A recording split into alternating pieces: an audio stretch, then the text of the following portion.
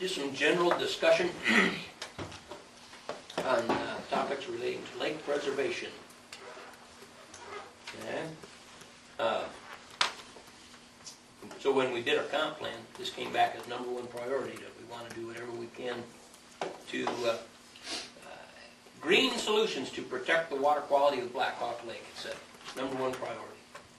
So as we work through some of these issues in regards to the lake preservation project, not necessarily a dredging project, but a lot of these have come to light more about some potential opportunities that the city has, and the community.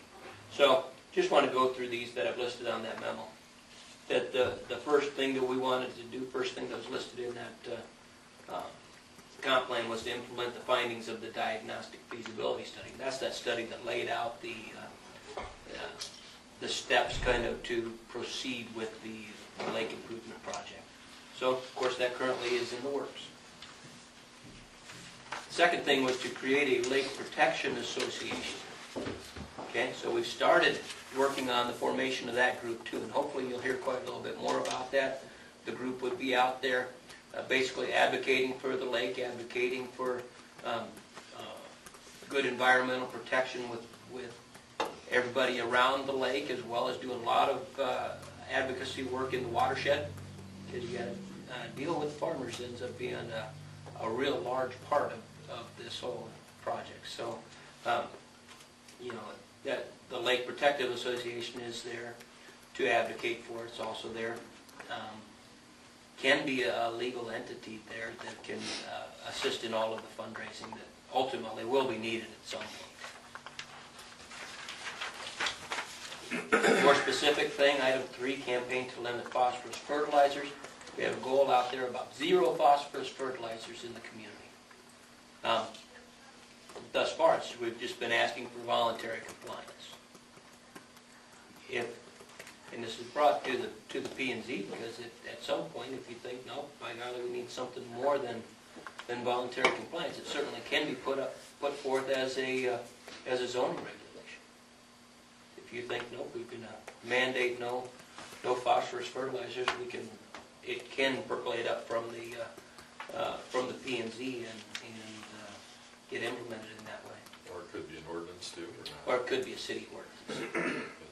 You're going to include everybody, I assume. Well, I'll talk about that a little bit as we work down past item 4 into item 5. But item 4 talks about instituting that subdivision review within areas 2 miles of the city limits. That's just assuring that any potential rural subdivisions conform with city specs on infrastructure. And the concept there being, you know, that if at some point a development occurs and it's a half mile outside the corporate limits right now, but you say that now there may be some development over there and it may end up being within the corporate limits at some time in the future, we want the infrastructure to be consistent with what we would require, you know, whether we're talking water, sewer, streets, or the other big thing anymore that we'll have a lot more discussion on deals with drainage. And how do you want things to drain, and how do you want water to be impounded so that it becomes a protection issue for the lake? I think that's a big plus right there. Mm-hmm. Now, we've skirted that issue for many times. We've talked 2 mile zoning, and that issue kind of went away over the years because Sac County does the zoning now. So we wouldn't have any zoning authority unless Sac County would voluntarily give that up. But we can always have the subdivision review rights, and that would be something that we certainly may want to look at, just to make sure that anything that potentially is happening out there is consistent with what the community wants.